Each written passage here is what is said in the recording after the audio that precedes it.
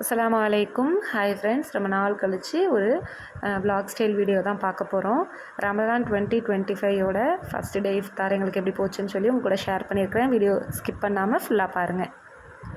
காலையில் ஃபஜர் தொழுதுட்டு சப்ஜா, அதுக்கப்புறம் பாதாம் பிசின் ஊற போட்டு வச்சுட்டேன். ஏன்னா நம்ம இதை ஊற போடுறதுக்கு தான் மறந்துடுவோம். அதனால் காலையிலேயே ஊற போட்டுட்டேன். இன்றைக்கி சண்டே அப்படிங்கிறதுனால ரொம்ப ரிலாக்ஸாக இருந்துச்சு. ஒரு கேக் ஆர்டர் இருந்ததுனால அதையும் டெலிவரி பண்ணிட்டேன். வரும்போது ஃப்ரூட்ஸ் எல்லாம் விற்றுட்ருந்தாங்க, அதையுமே கொஞ்சம் வாங்கியாச்சு. அதுக்கப்புறம் வீட்டுக்கு வந்துட்டு கடல் பாசி காய்ச்சறதுக்காக அடுப்பில் வச்சுட்டேன். ஒரு பங்கு கடல் பாசிக்கு 4 பங்கு தண்ணி ஊற்றி நல்லா கொதித்ததும் தேவையான அளவு சுகரு, கொஞ்சமாக ஒரு பிஞ்சளவு சால்ட் சேர்த்து மிக்ஸ் பண்ணிக்கணும். கடல் பாசி செட் பண்ணும்போது நல்லா வடிகட்டிட்டு நம்ம தட்டில் ஊற்றிக்கணும். அப்போ தான் ஏதாச்சும் சீனியில் தூசிலாம் இருந்துச்சுன்னா அந்த வடிகட்டியில் தங்கிடும். இன்றைக்கி நம்ம இந்த பாதாம் ஃப்ளேவரில் தான் இந்த கடல் பாசி காய்ச்ச போகிறேன். அதனால் அதோட எசன்ஸ் 2-3 ட்ராப் ஊற்றிட்டு மிக்ஸ் பண்ணி எடுத்து வச்சுட்டேன். இன்றைக்கி ஜூஸுக்காக பாதாம் மில்க் தான் பண்ண போகிறோம். அதுக்கு ஒரு 15 பாதாமை மிக்ஸி ஜாரில் சேர்த்துக்கலாம். இது கூடவே 3 ஏலக்காய். எப்பயுமே ஏலக்காவை தேட வேண்டியதாக இருக்கும். ஏன்னா ஏலக்காய் விற்கிற விலைக்கு கொஞ்சமாக தான் வாங்கி போட்டுக்கிறது. அதை எடுத்து மிக்ஸி ஜாரில் சேர்த்துட்டு இது கூடவே தேவையான அளவு சுகர் சேர்த்து நல்லா பவுடராக அரைச்சி எடுத்துக்கணும். இன்னொரு மிக்ஸி ஜாரில் தேவையான அளவு பால், அது கூட ஊற வச்ச பாதாம் பிசின், அரைச்ச பாதாம் ஏலக்காய் பவுடரும் சேர்த்துட்டு கொஞ்சமாக பாதாம் எசன்ஸ் சேர்த்து நல்லா அடித்து எடுத்துக்கிட்டோம் அப்படின்னா பாதாம் மில்க் சூப்பராக ரெடி ஆகிடும். இந்த மாதிரி ட்ரை பண்ணி பாருங்கள், நல்லா டேஸ்ட்டாக இருக்கும்.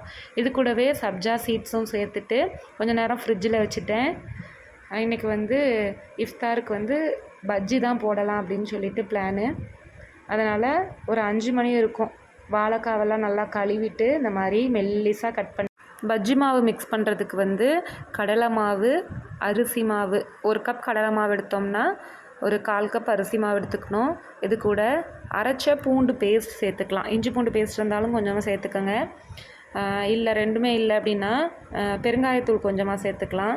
இது கூடவே மிளகாய்த்தூள், தேவையான அளவு சால்ட்டு, அது கூடவே கொஞ்சமாக சோடா உப்பு சேர்த்து நல்லா அடிச்சுட்டு வாழைக்காலை டிப் பண்ணி பொரித்து எடுத்தாச்சு. எண்ணெயை நல்லா ஹீட்டில் வச்சு பொரித்து எடுக்கணும். அப்போ தான் எண்ணெய் குடிக்காது. பஜ்ஜி போட்டோடனே நல்லா புசு புசுன்னு பொங்கி வரும். நல்லா 2 பக்கமும் வேக விட்டு எடுத்தாச்சு. எப்பயுமே பஜ்ஜி போட்டுட்டு மிச்சம் மாவு இருக்கும்போது நான் இந்த வேலையை பார்ப்பேன். நிறைய பேர் இந்த வேலை பார்ப்பாங்க அப்படின்னு சொல்லி நினைக்கிறேன். இந்த கடைசியாக இருக்கிற இந்த மாவில் ஒரு வெங்காயத்தை நறுக்கி போட்டு பொரித்து எடுத்துடணும். அப்போ தான் திருப்தியாக இருக்கும். ஏன்னா பஜ்ஜை விட இந்த வெங்காய பஜ்ஜி கொஞ்சமாக இருக்குமா, டேஸ்ட்டுமே சூப்பராக இருக்கும் கடைசியில் இந்த மாதிரி பொரிக்கும்போது.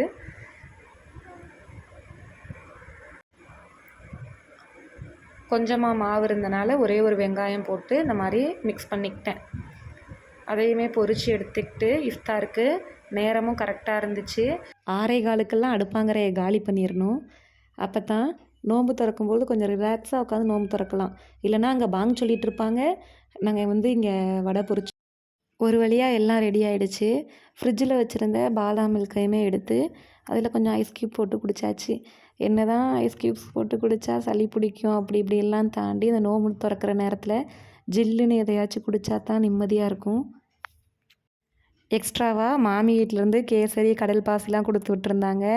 என் ஃப்ரெண்டுமே இந்த ரூ ஹப்ஸா ஜூஸ் எல்லாம் போட்டு எடுத்துகிட்டு வந்திருந்தாங்க. அது கூட பள்ளிவாசல் நோம்பு கஞ்சி, வீட்டில் பொரித்த பஜ்ஜி, பாதாம் மில்க்கு, ஃப்ரூட்ஸு எல்லாம் வச்சு வீட்டில் செஞ்ச கடல் பாசியெல்லாம் வச்சு நல்லபடியாக நோம்பு திறந்தாச்சு.